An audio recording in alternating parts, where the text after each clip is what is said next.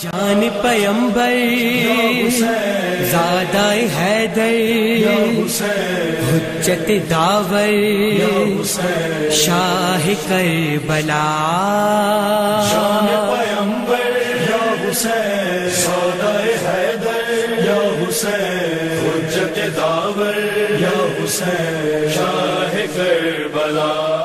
بسم اللہ الرحمن الرحیم، الحمدللہ رب العالمین والصلاة والسلام علی سید الانبیاء والمرسلین۔ اسپیشل ٹی وی کے پروگرام پیغام کربلا کے حوالے سے آپ کی خدمت میں ہوں آپ کا میزبان کبیر حیات۔ آج ہم جس موضوع پر بات کریں گے وہ ہے فلسفہ کربلا۔ معرکہ کربلا کا مقصد کیا تھا؟ کیا مقصد تھا کہ حضرت حسین رضی اللہ تعالیٰ عنہ اپنے حج کو موقوف کر کے اپنے اہل خانہ کے ساتھ کوفہ کی جانب آتے ہیں اور پھر کربلا اور پھر وہاں پہ شہادتیں ہوتی ہیں؟ اس کا مقصد کیا تھا؟ ان قربانیوں کا مقصد کیا تھا؟ اور فلسفہ شہادت کیا ہے؟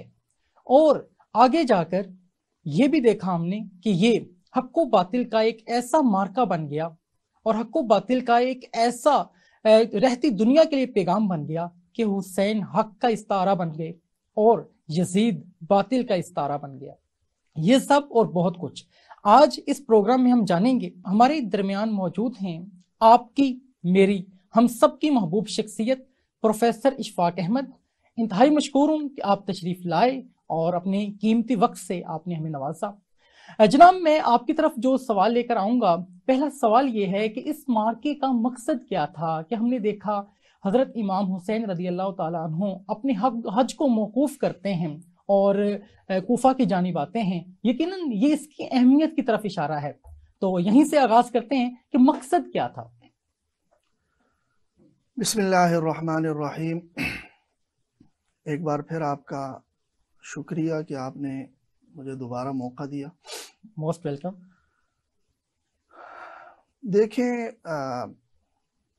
اسلام ایک انفرادی زندگی گزارنے کے لیے کوئی اصول اور قوانین کا حامل مذہب نہیں ہے کہ جو صرف کسی فرد یا انفرادی زندگی کو فوکس کرتا ہو، شخصی زندگی کو فوکس کرتا ہو، یا جیسے کہ ہم کہتے ہیں پرسنل لائف یا پرسنل رکھنے والا مذہب ہو۔ ذاتی زندگی کو بھی یہ ایڈریس تو کرتا ہے، لیکن صرف یہ نہیں، صرف ذاتی زندگی کو ایڈریس نہیں کرتا۔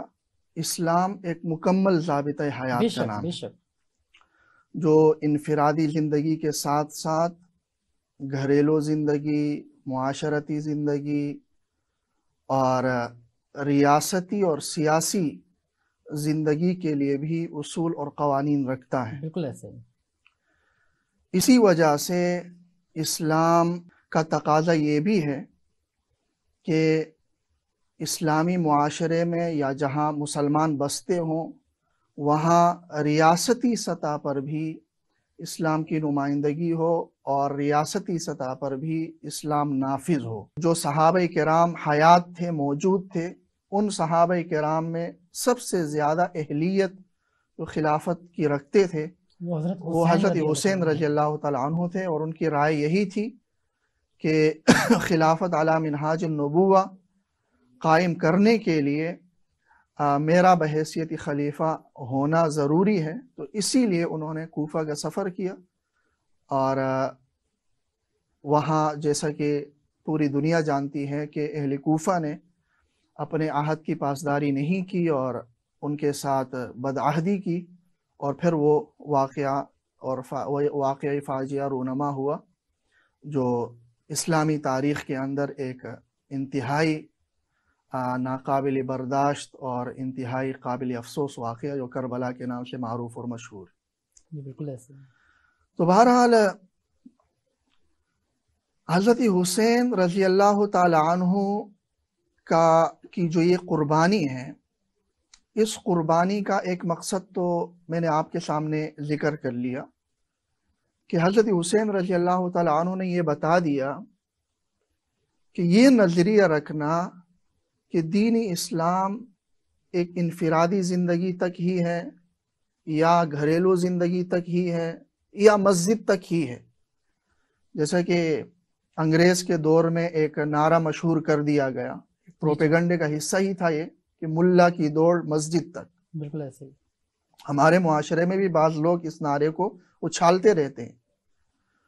دری پردہ اس نعرے میں جو نظریہ کار فرما ہے اس کو اگر دیکھ لیا جائے تو اس کا مطلب یہ ہے کہ بھئی دین کا سیاست میں کوئی عمل دخل نہیں ہونا چاہیے. لیکن ہمارا دین تو سیاست میں مکمل طور پہ انوالو ہونے کی جو ہے وہ جی اجازت بھی دیتا ہے اور بلکہ اس چیز کو لازم کرتا ہے. لازم کرتا ہے.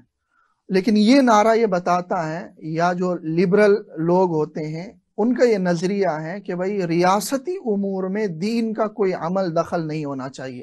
یعنی وہ پولیٹیکل اسلام کے وہ قائل نہیں. وہ کہتے ہیں کہ اسلام کا معنی یہ ہے کہ چند عبادات کا نام ہے جس کو رسوم کہتے ہیں. جی جی.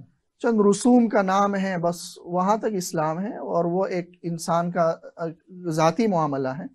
آپ نے بہت اہم یہاں بات کی اور مقصد کو بہت مکمل طور پہ آپ نے واضح کرنے کی کوشش کی کہ سیاست میں انوالومنٹ کتنی لازم ہے.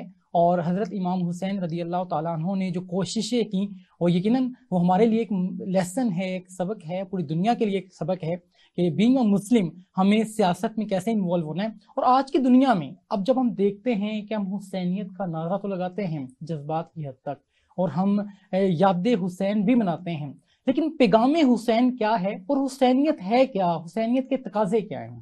دیکھیں،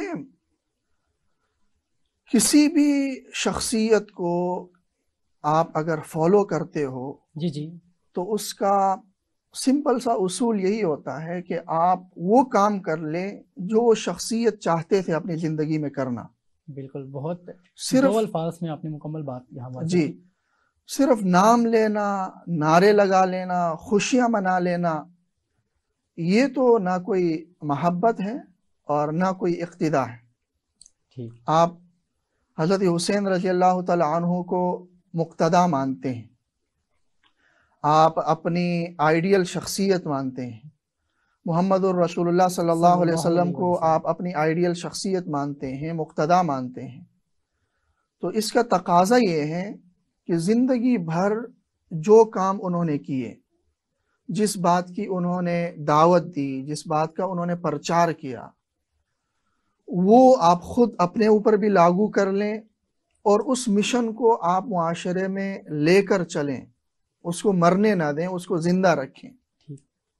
یہی آپ کی ان کے ساتھ وفا ہے اور اسی سے ان کی روح کو خوشنودی ملنی ہے. تو حسینیت بھی یہی ہے کہ جیسا کہ میں نے عرض کیا کہ ایک تو حسین رضی اللہ تعالی عنہ نے یہ درس دے دیا کہ اسلام صرف انفرادی زندگی کا نام نہیں ہے بلکہ ایک اجتماعی زندگی کا نام ہے، اور اس میں نافذ کرنا اور اس کے لیے جدوجہد کرنا یہ ایک مسلمان کی ذمہ داری ہے. پھر حضرت حسین رضی اللہ تعالی عنہ نے اتنی عظیم قربانی دے کر یہ بھی بتا دیا کہ جہاں معاملہ ہو دین کا تو وہاں اگر آپ کو جان کی قربانی بھی دینی پڑے تو اس سے آپ کو گریز نہیں کرنا چاہیے. یہ حسینیت ہے. ہم کیا کرتے ہیں، چند دنیا کے ایک چھوٹے سے مفاد کی خاطر ہم کتنے اسلامی احکامات کو چھوڑ دیتے ہیں. بالکل ٹھیک. اور ہم یہ جواز پیش کرتے ہیں کہ معاشرہ بگڑا ہوا ہے، لوگ بگڑے ہوئے ہیں، بس معاشرے میں سب یہی چلن ہے تو ہم کیا کریں. ایسا حسینیت کا وہ نہیں ہے، کی دعوت یہ نہیں ہے. حسینیت ہم سے یہ کہتی ہے کہ چاہے معاشرہ جس نہج پر بھی چلے، آپ نے حق کے علم کو بلند کیے رکھنا ہے، آپ نے اس کے ساتھ چمٹے رہنا ہے، آپ نے اس کے ساتھ جڑے رہنا ہے. اور وَلَا يَخَافُونَ فِي اللَّهِ لَوْمَةَ لَائِمٍ، یہ قرآن کی جو آیت ہے کہ اللہ تبارک و تعالیٰ کی اطاعت میں کسی ملامتی کے ملامت کا کوئی لحاظ نہیں کرنا کہ ہاں لوگ کیا کہیں گے، میں دین پر عمل کروں گا تو لوگ کیا کہیں گے، اس چیز کی پرواہ نہیں کرنی ہے. بلکہ اگر آپ کو اپنی جان کی بھی قربانی دینی پڑے، چاہے دنیاوی اعتبار سے آپ کو کوئی نقصان ہی کیوں نہ ہو، جی جی تب بھی آپ نے دین پر استقامت کے ساتھ رہنا ہے اور باطل کا آپ نے ڈٹ کر مقابلہ کرنا ہے۔ بالکل ٹھیک۔ تو یہ بھی ایک پیغام ہے حضرت حسین رضی اللہ تعالیٰ عنہ کی اس عظیم قربانی کا۔ تو جیسا کہ میں نے عرض کیا کہ اصل مقصد ہمارا ان پیغام کو لے کر معاشرے میں زندگی گزارنا ہے، اور یہی حضرت حسین رضی اللہ تعالیٰ عنہ کے ساتھ محبت کا اصل حق ادا کرنا ہے۔ وگرنہ جیسا کہ عام طور پر یہ ہوتا ہے کہ نعرہ حسینیت کا لگایا جاتا ہے، لیکن قدم قدم پہ جو حسینیت کی راہ تھی اور جو اس کے ان کا پیغام ضابطہ تھا، جو ان کے اصول تھے، ان کو توڑا جاتا ہے اور ان پر عمل نہیں کیا جا سکتا۔ دیکھیں حضرت حسین رضی اللہ تعالی عنہ شہادت کے عظیم مرتبے پر فائز ہوئے۔ بے شک ہمارا یہی نظریہ ہے کہ مومن کے لیے شہادت سے بڑھ کر کوئی نعمت اور کوئی تحفہ نہیں ہو سکتا۔ آپ نے یہاں پہ شہادت کا ذکر کیا، اور یقیناً شہادت اللہ رب العزت کی طرف سے اگر کسی مسلمان کو ملتی ہے تو اس سے بڑھ کے کوئی چیز نہیں ہو سکتی ہے۔ تو فلسفہ شہادت کیا ہے؟ ہم اپنی زندگیوں کے اندر اپنے مال کی قربانی دے رہے ہوتے ہیں، اپنی اولاد کی قربانی دے رہے ہوتے ہیں، اور اسلام کے لیے ہم بہت کچھ کر رہے ہوتے ہیں، لیکن اپنی جان قربان کر دینا یہ ایک بہت بڑی چیز ہے۔ اور جیسے شہادت ہے، یہ واقعہ کربلا جو ہے جس میں حضرت امام حسین نے نہ صرف اپنی شہادت پیش کی بلکہ اپنے گھر کے بہت سے لوگوں کی شہادت پیش کی، تو یقیناً ایک بہت بڑی یہ چیز ہے۔ تو فلسفہ شہادت آپ کے نزدیک کیا ہے؟ فلسفہ شہادت میں تو سمجھتا ہوں کہ یہ عبدیت کی ایک انتہا ہے۔ بے شک انسان عبد ہے، بندہ ہے، بے شک، اور اور یہ انسان کے لیے ایک بہت بڑا ایک ٹائٹل ہے عبد ہونا۔ ایسا ہی ہے۔ قرآن مجید میں اللہ تبارک و تعالیٰ نے نبی اکرم صلی اللہ علیہ وسلم کو کئی مقامات پر عبد کہہ کر مخاطب کیا۔ سبحان الذی اسریٰ بعبدہ، پاک ہے وہ ذات جو رات کو لے کر گیا اپنے بندے کو۔ بے شک، تو عبد، بندہ، غلام، یہ انسان اللہ تبارک و تعالیٰ کا عبد ہے، غلام ہے۔ تو یہ اللہ تبارک و تعالیٰ کی مرضی کے بغیر اور اس کی رضا کے بغیر کوئی بھی قدم نہیں اٹھا سکتا۔ ٹھیک، وما خلقت الجن والانس الا لیعبدون، واضح طور پہ بتا کہ دیا اللہ نے انسان اور جنات کو میں نے صرف اور صرف اپنی بندگی کے لیے پیدا کے کیا۔ لیے پیدا کیا۔ ہم تو اس کا مفہوم، آیت کا مفہوم یہ سمجھتے ہیں کہ عبادت کے لیے پیدا کیا، اور عبادت کا تصور ہمارے ذہن میں میں یہی بات آپ سے یہاں پوچھنا چاہ رہا تھا۔ عبادت کا جب بھی ذکر آتا ہے، ہم عام طور پہ جو اس کا میننگ لیا جاتا ہے لوگوں کی عوام الناس میں جو مشہور ہے، وہ سمجھتے ہیں کہ شاید اس سے روزہ، حج اور جو دیگر عبادات ہے وہ مراد ہیں، اور یہی وجہ ہے کہ ہمارا جو دین ہے وہ دین اور مذہب کو الگ الگ کر دیا گیا۔ آپ نے پہلے بھی یہ بات کی کہ نعرہ لگایا گیا انگریزوں کی جانب سے، اور وہ آگے بڑھ کے یہ چیز اب اتنی زیادہ پینیٹریٹ ہو چکی ہے ہماری سوسائٹی کے اندر کہ ہم مذہب کو الگ کر چکے ہیں اور اپنے دین کو الگ کر چکے ہیں، اور دین کے اوپر جب ہم عمل پیرا ہو رہے ہوتے ہیں تو وہ تو ہماری عبادات ہو رہی ہوتی ہیں، اور ہم سمجھ رہے ہوتے ہیں پرسنلی طور پہ بھی یا مینٹلی طور پہ بھی ہم اس چیز کو ایکسیپٹ کر رہے ہوتے ہیں کہ شاید ہم بہت بیسٹ پرفارم کر رہے ہیں کیونکہ مذہب کے دین کے حوالے سے ہم عبادات کو کر رہے ہیں۔ تو مذہب سے جو دوری ہے، کیا یہ جو مسلم ہیں، جو آج کی دنیا میں جو مسلمان کا وقار ہے اس کو کھو دینے میں کیا یہ کردار، یہ چیز ادا کر رہی ہے کہ آپ مذہب سے دور ہوتے چلے جا رہے ہیں؟ اور یہ جو فلسفہ ہم جس پہ آج بات کر رہے ہیں، یہ بھی اگر ہم سمجھتے ہیں تو مذہب کے ساتھ اٹیچ کرتی ہے یہ چیز ہمیں، لیکن ہم مذہب کو سمجھنا نہیں چاہتے ہیں، ہم صرف دین کے اوپر جو ہے وہ اکتفا کر رہے ہیں۔ تو اس چیز کو کیسے دیکھتے ہیں؟ دیکھیں، یہ نعرہ کہ مذہب انسان کا ذاتی معاملہ ہے اور اس کا معاشرتی زندگی میں، ریاستی زندگی میں کوئی عمل دخل نہیں ہونا چاہیے، یہ فلسفہ تو ظاہر ہے عیسائیت اور چرچ سے یہاں آیا ہے۔ بالکل ایسا ہی ہے کہ انہوں نے یہ کہا کہ بھئی چرچ الگ ہونا چاہیے اور ریاست کا الگ ہونا چاہیے معاملہ، لیکن اسلام میں اس نظریے کی دور دور تک کوئی گنجائش نہیں۔ ہم نبوی زندگی سے ہی اس کا آغاز کر لیں بالکل ایسا ہی ہے۔ تو اس کی فتح گنجائش مکہ نہیں ہے کے لیے جو کوششیں کی گئیں اور جی۔ ڈفرینٹ غزوات ہیں، تو بہرحال بلکہ جو عبادت کا ہم نے تصور صرف نماز روزے تک محدود کر لیا ہے، یہ بھی ہماری غلط فہمی ہے۔ غلط فہمی ہے۔ قرآن یہ کہہ رہا ہے کہ ہم نے عبادت کے لیے پیدا کیا ہے، اور ہم نے اس کا معنی یہ لے لیا کہ عبادت کا معنی یہ ہے کہ میں نماز پڑھ لوں، روزہ رکھ لوں، حج کر لوں، عمرے کر لوں، زکوٰۃ دے دوں، لیکن اپنے ماتحتوں کی دینی تربیت کر لوں، اپنے گھر والوں کی دینی تربیت کر لوں، معاشرے میں دین کو نافذ کرنے کے لیے کوشش کر لوں، ریاستی سطح پر دین کی نفاذ کے لیے کوشش کر لوں، اس کو ہم دین کا حصہ سمجھتے ہی نہیں ہیں، حالانکہ ایسی بات نہیں ہے۔ آیت کا معنی یہ ہے کہ ہم نے انسان کو بندگی کے لیے پیدا کیا، ٹھیک ہے۔ اب انسان اگر کوئی تجارت کر رہا ہے اور وہاں پر وہ دیکھ رہا ہے کہ اس سودے میں مجھے زیادہ نفع مل رہا ہے لیکن اس سودے میں سود بھی ہے، اس لیے وہ اس کو چھوڑ رہا ہے، زیادہ نفع ملنے کے باوجود وہ چھوڑ رہا ہے اس لیے کہ اللہ نے سود سے منع کیا، تو یہ عبادت ہے۔ حلال طریقے سے کما رہا ہے، یہ بھی عبادت، یہ عبادت ہے۔ اپنے بچوں کی جو نان نفقہ اس پر واجب ہیں، اس کے اخراجات ادا کرنا اس پر واجب ہے، وہ صحیح طریقے سے ادا کر رہا ہے، یہ عبادت ہے۔ اچھے انداز سے کسی سے گفتگو کر رہا ہے، یہ عبادت ہے۔ پڑوسیوں کا خیال رکھ رہا ہے، یہ عبادت کا معنی ہے بندگی۔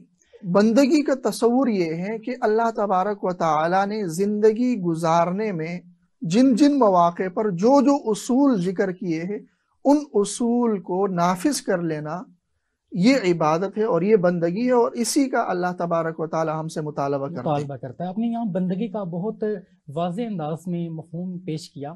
میں اگلا جو سوال آپ سے کرنا چاہ رہا ہوں وہ ہماری پریکٹیکل لائف کے اندر جب ہم دیکھتے ہیں کہ ہم جواز پیدا کر رہے ہوتے ہیں یا جواز دے رہے ہوتے ہیں کوئی غلط کام کرنے کا، جیسے آپ نے کہا کہ ہم تجارت کرتے ہیں، اس میں ہم جواز پیش کر رہے ہوتے ہیں کہ حالات ایسے ہیں، ہم ایسا ہی پرفارم کر سکتے ہیں، سود بھی ہے، سب کچھ پتہ بھی ہے، لیکن وہاں ہم کوئی جواز ڈھونڈ رہے ہوتے ہیں اور ہم یہ قربانی دینے کی پوزیشن میں نہیں ہوتے ہیں۔ لیکن واقعہ کربلا کو جب ہم دیکھتے ہیں کہ حضرت امام حسین رضی اللہ تعالیٰ عنہ نے جوانوں کی لاشیں خود اٹھائی ہیں، اور اس وقت ان کی مینٹلٹی کا لیول کیا ہوگا، مطلب اس وقت انہوں نے کس انداز میں تمام تر چیزوں کو بیئر کیا ہوگا، برداشت کیا ہوگا۔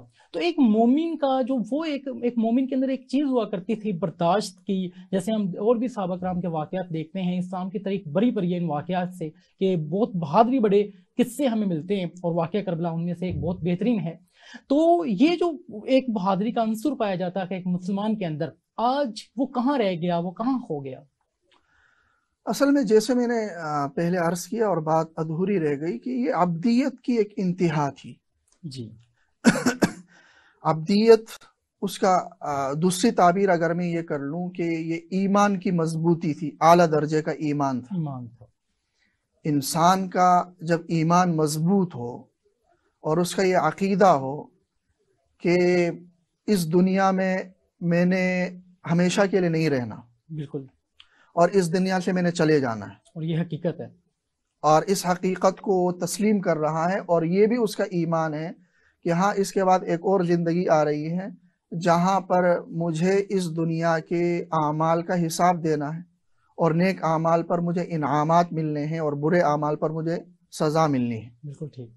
جب کسی کا یہ ایمان مضبوط ہو تو پھر اس کے لیے یہ قربانیاں دینا، دین کی خاطر یہ قربانیاں دینا پھر کوئی مشکل نہیں لگتی، بلکہ وہ قربانی دے کر بھی یہ پکارتا ہے کہ جان دی ہوئی اسی کی تھی، حق تو یہ ہے کہ حق ادا نہ ہوا، کہ اللہ کی دی ہوئی جان تھی اور اسی کو دے دی، تو میری طرف سے تو کوئی اضافی چیز اللہ کے ہاں قربان نہیں ہوئی، جان اسی کی تھی اور اس کو واپس کر دی، میں نے اپنی طرف سے کیا دے دیا، اپنی طرف سے کچھ نہ دیا، بے شک ایسا ہی ہے۔ تو پھر وہ یہ تصور ہے۔ ایک اور بات ہمارے معاشرے میں بہت کامن پائی جاتی ہے، ہم اپنے ینگسٹر سے جب ملتے ہیں تو ان کے ذہن میں یہ سوال پایا جاتا ہے کہ قربانیوں کے ان عظیم واقعات کو جب وہ سنتے ہیں اور دیکھتے ہیں تو پھر ان کے ذہن میں ایک سوال آتا ہے کہ آج کی دنیا میں جب اسلام جو ہے وہ الحمدللہ بہت تیزی سے پھیلنے والا مذہب ہے اور دنیا کے اندر بہت تیزی سے پھیل رہا ہے یہ مذہب، اور بینگ اے مسلم آج کے دور میں وہ کیسے قربانیاں پیش کریں، کیونکہ اب وہ جنگ کا وہ انداز بھی نہیں ہے، اس انداز میں اب جو ہے وہ جنگیں بھی نہیں ہوا کرتی جس طرح انداز میں پہلے ہوا کرتی تھی، اب ایک انداز بدل چکا ہے۔ تو اس تمام تر سچویشن کے اندر، ان حالات کے اندر، جو ایک مسلمان ہے، جو ایک ینگ انسان ہے، جو اپنے اپنے اسلاف کو پڑھتا ہے اور ان کے واقعات کو دیکھتا ہے، ان کے انداز زندگی کو دیکھتا ہے، تو آج کے دور میں وہ کون سی قربانیاں پیش کرے اور کیسے پیش کرے؟ دیکھیں، قربانی پیش کرنے کی دعا نہیں مانگنی چاہیے، اس کی خواہش نہیں ہونی چاہیے، بلکہ نبی اکرم صلی اللہ علیہ وسلم فرما رہے کہ صلی اللہ العافیہ، اللہ تبارک و تعالیٰ سے عافیت مانگا کریں۔ اگر اللہ تبارک و تعالیٰ نے آپ کو ایسے ماحول فراہم کیا ہے کہ جہاں پر آپ بغیر کسی قربانی کے آسانی کے ساتھ دین پر عمل پیرا ہو رہے ہیں اور ہو سکتے ہیں، تو یہ اللہ تبارک و تعالیٰ کی ایک بہت بڑی نعمت ہے۔ بے شک۔ اور اس نعمت کے دوام کی دعا ہونی چاہیے، یہ نعمت ہمیشہ کے لیے رہے۔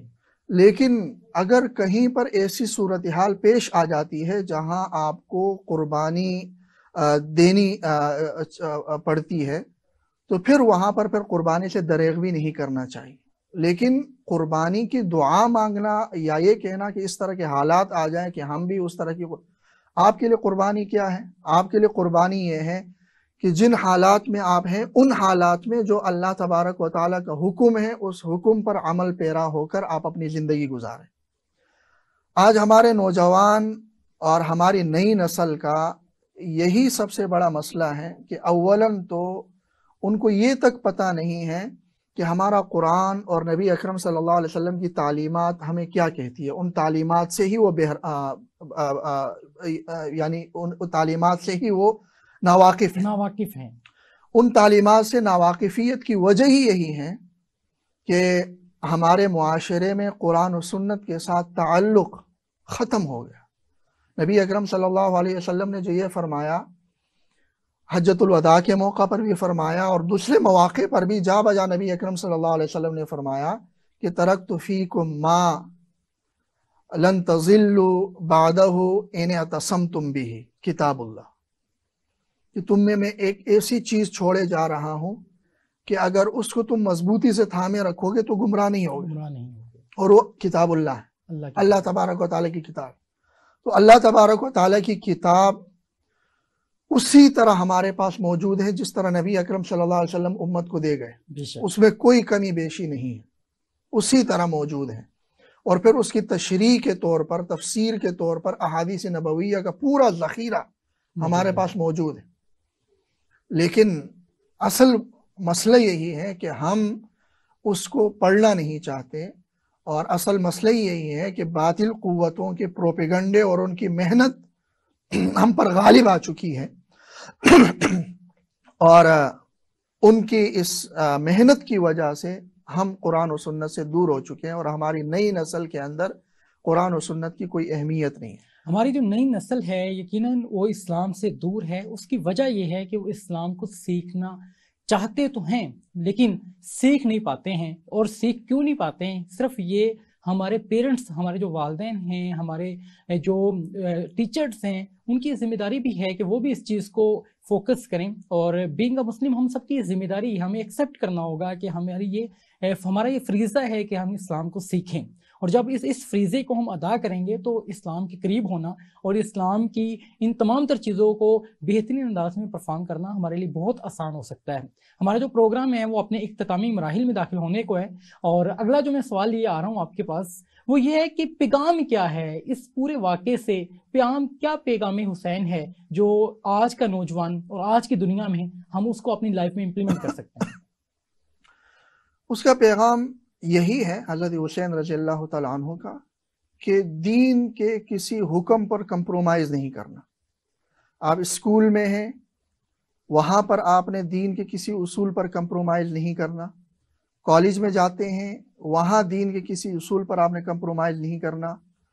آپ معاشرے میں جاتے ہیں، سوسائٹی میں جاتے ہیں، وہاں دین کے کسی اصول پر کمپرومائز نہیں کرنا۔